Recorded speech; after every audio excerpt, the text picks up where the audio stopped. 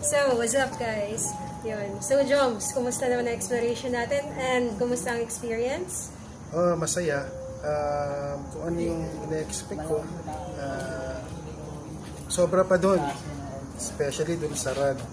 Kasi, ang thinking ko doon sa rad, alam mo na, parang nag-aagalaw na dun eh.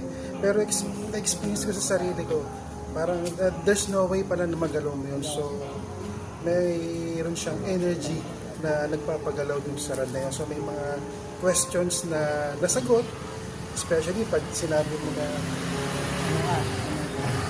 na pagalawin mo siya, paloob kung yes, mga ganun ba? Talaga, sama ko. State. Pero ano mo yun, yung experience kasi natin dito, nakakaiba, no? May mga gusto pa tayo mga explore, kaya lang naputol tayo.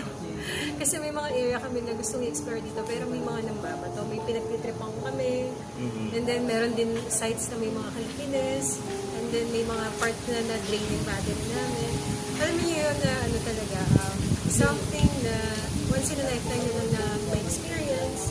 Diba sabi nga natin, pahalaga ng buhay habang tayo ay nabubuhay. True. Yun, so hindi naman porket nag-explore tayo ng ganito, ibig sabihin nun, gusto natin talaga makita, uy, limunto, hindi naman gano'n. So, experience lang.